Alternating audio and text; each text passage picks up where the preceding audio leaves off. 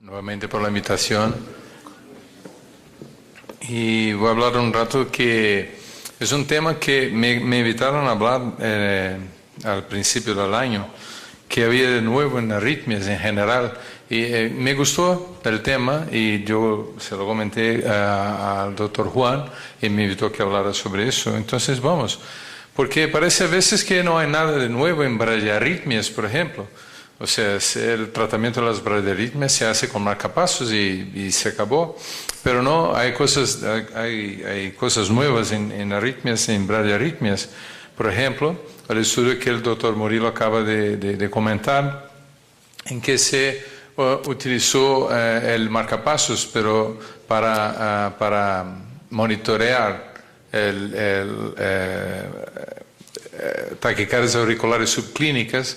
Y se nota que en 2.500 pacientes con un marcapasos o desfibrilador, y que a los 3 meses de monitorización para taquiarritmias auriculares subclínicas con esas características en un seguimiento de 2 años y medio, se comprobó que los enfermos que tenían taquicardias subclínicas tenían más AVC.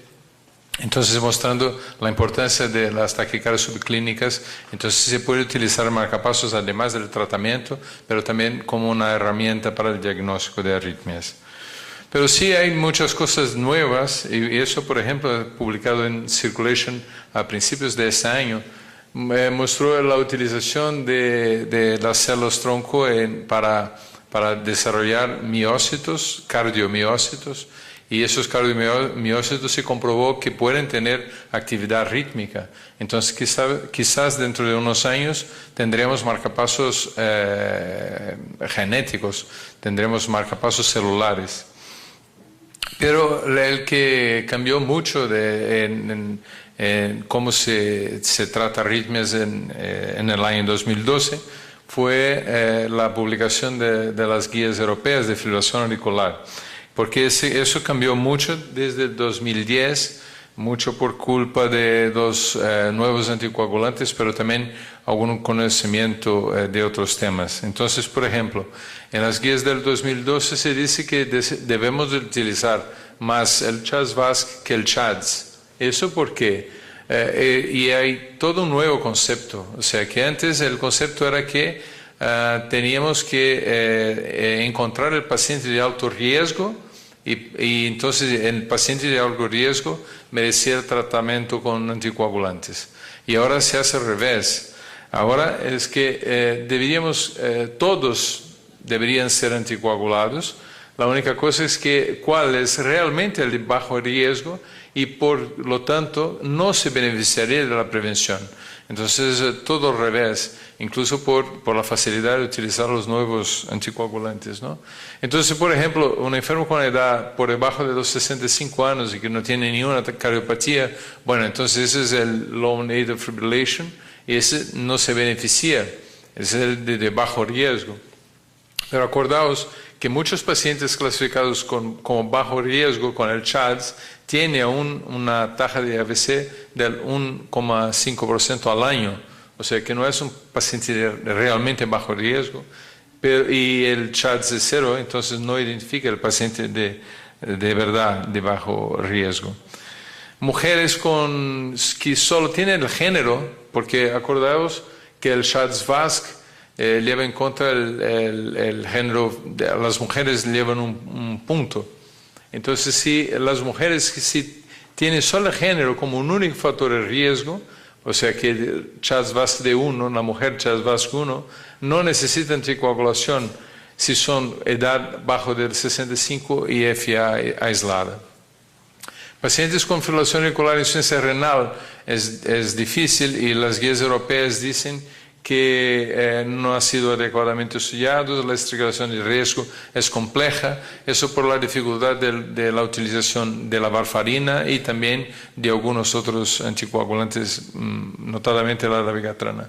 Y cuidado con la función renal de los enfermos, porque con la función renal cambia con el tiempo. A veces empezamos un anticoagulante, incluso los nuevos, y si la función renal es rebajada con el tiempo, puede que el paciente aumente su riesgo de hemorragia. Los nuevos anticoagulantes orales en las directrices esas tienen un montón de informaciones de los tres, del dabigatran, del rivaroxaban y apixaban. Aquí hay un montón de informaciones y ha cambiado alguna cosa en las indicaciones, pero lo más importante es que aquí está más claro un poco de la utilización, por ejemplo, de la tríplice terapia, o sea, del anticoagulante y aspirina y clopidogrel para los que son sometidos a angioplasia. Y aquí nos dice entonces que sí que hay mayor riesgo de sangrado, pero como es importante, entonces habría que mantener el anticoagulante junto con los otros dos durante por lo menos un mes y se podría quitar uno de los dos antiagregantes y mantener el otro por hasta un año, y si no pasa nada, pues entonces habría que mantener el enfermo solo con anticoagulante. Hay que utilizar menos aspirina en el paciente con fibrilación auricular, porque la aspirina no protege tanto de riesgo de embolia. Entonces habría que utilizar menos aspirina. La aspirina solo en pacientes que se recusan a utilizar los anticoagulantes. También hay datos nuevos para la utilización de los nuevos anticoagulantes para la cardioversión, que antes no teníamos, y aquí dicen que hay datos con el uso de la dabigatrana para la cardioversión y que se puede utilizar la dabigatrana de manera satisfactoria 3 semanas antes de la cardioversión, luego la cardioversión y luego mantener por lo menos durante 4 semanas después. Entonces eso es distinto de la directriz del 2010, es que aquí se pone que se puede utilizar la dabigatrana para la cardioversión. Una otra cosa nueva en las directrices es que ellos consideran que los nuevos anticoagulantes son superiores a la varfarina. Cuando la anticoagulación oral está recomendada, es preferible utilizar los nuevos anticoagulantes orales. ¿Cuál? Eso sí, no se puede decir. Hay pocas evidencias disponibles a favor de uno u otro, pero sí que hay evidencias que son superiores a varfarina. Y hablando ahora de antiarrítmicos, de fármacos antiarrítmicos, es una comparación que me gusta hacer, es que, por ejemplo, los antihipertensivos son como los de Corinthians en Brasil, son muchos. Los reductores de colesterol son como los de Flamengo también, que son muchos, ¿no? Y además la asociación de antihipertensivos y la asociación de reductores de colesterol tiene un resultado muy favorable. Sin embargo, los antiarrítmicos son pocos. Ese es Gabriel, es mi más pequeño, tiene 10 años, ese es su primo, Carlos Eduardo. Son de Guaraní, de Campinas, que es de mi ciudad y que me parece que hay alguna semejanza con el América, porque está en la segunda división del campeonato brasileño. Entonces, hablando de antiarrítmicos, el trabajo ese ha sido comentado por Morillo, la utilización del Vernacalan, que se demostró ser superior a la amiodarona para la conversión de fibrilación auricular. Entonces, quizás tendremos una herramienta más para tratar a los pacientes.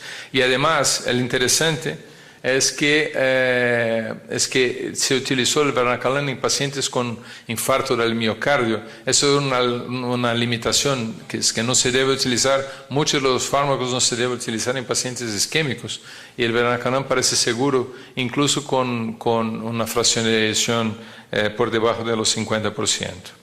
Entonces, en las directrices europeas se recomienda el Vernacalan para la conversión de fibrilación auricular. Aquí se pone el Vernacalan en muchas situaciones, o sea que tenemos alguna cosa más para hacer.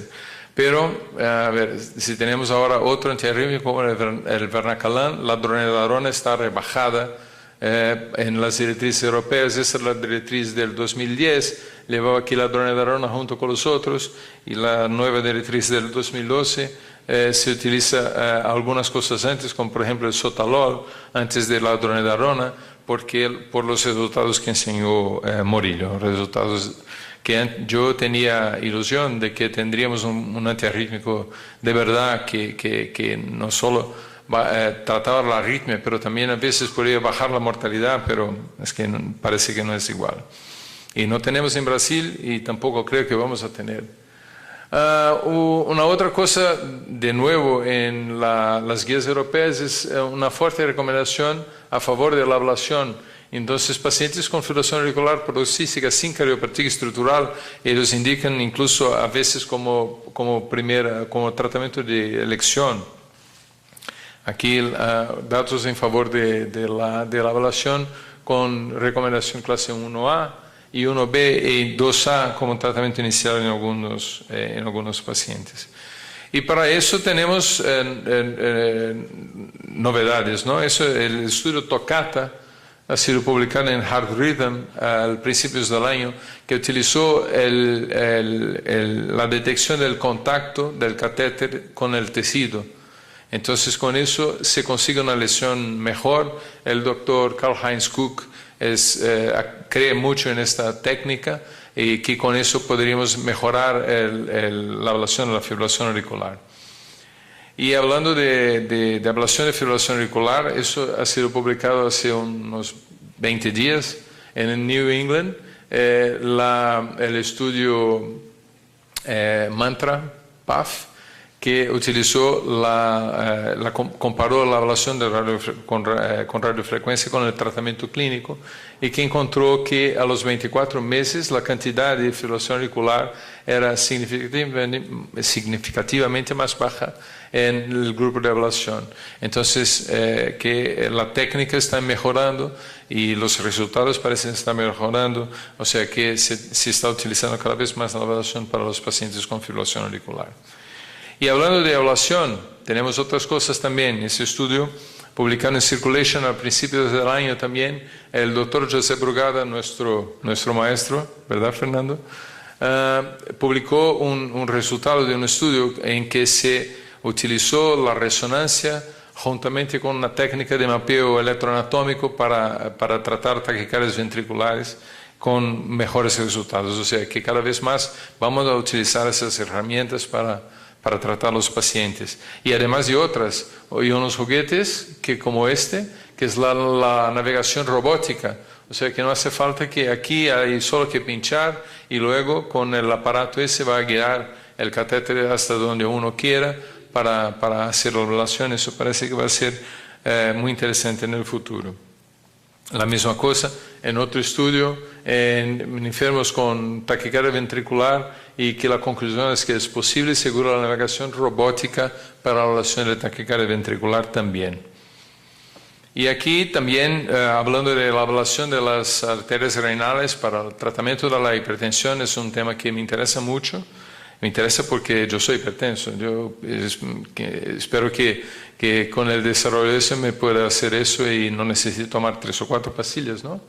Entonces, pero eso es un tema muy antiguo. Hay un trabajo publicado en el JAMA del año 1953 donde se hacía cirugía y con la cirugía se podía hacer la denervación y con eso se bajaba la tensión arterial de los enfermos en una época que había incluso poca medicina, pero ahora se hace por vía ablación de las arterias renales. Es el estudio Simplicity que comprobó la reducción de la tensión auricular con la ablación de la arteria renal. Y hace también algunas semanas se publicó, y eso alguien habría preguntado del coste-efectividad de la ablación de las arterias renales para el tratamiento de hipertensión. Eso está publicado en el European Heart Journal, y la conclusión es que la ablación de la arteria renal es coste-efectiva. ¿Por qué? Por eso, por la reducción de los medicamentos y las reducciones de complicaciones. Bueno, entonces la conclusión es que hay un gran desarrollo de técnicas, hay novedades en términos de genética, de imagen, de monitorización y tratamiento farmacológico y no farmacológico. Así que creo que el futuro, las arritmias tienen mucho futuro. Pues gracias por su atención. Y me gustó el tema y yo se lo comenté al doctor Juan y me invitó a que hablara sobre eso. Entonces vamos, porque parece a veces que no hay nada de nuevo en bradiarritmias, por ejemplo. O sea, el tratamiento de las bradiarritmias se hace con marcapasos y se acabó. Pero no, hay cosas nuevas en arritmias, en bradiarritmias. Por ejemplo, al estudio que el doctor Murillo acaba de comentar, en que los enfermos que tenían taquicardias subclínicas tenían más AVC. Entonces, mostrando la importancia de las taquicardias subclínicas, entonces se puede utilizar marcapasos además del tratamiento, pero también como una herramienta para el diagnóstico de arritmias. Pero sí hay muchas cosas nuevas, y eso, por ejemplo, publicado en Circulation a principios de este año, mostró la utilización de las células tronco en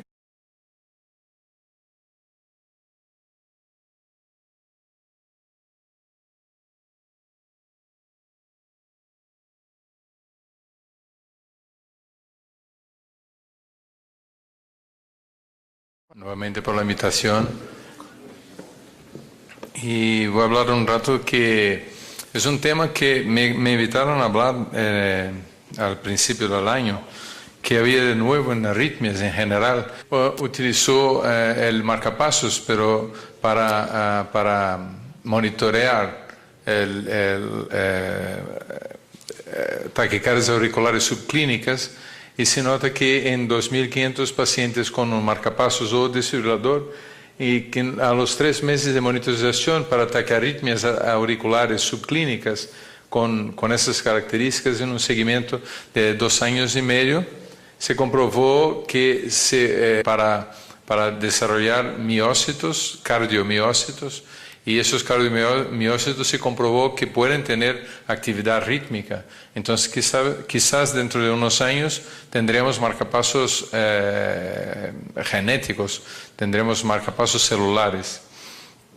Pero el que cambió mucho en cómo se trata arritmias en el año 2012 fue la publicación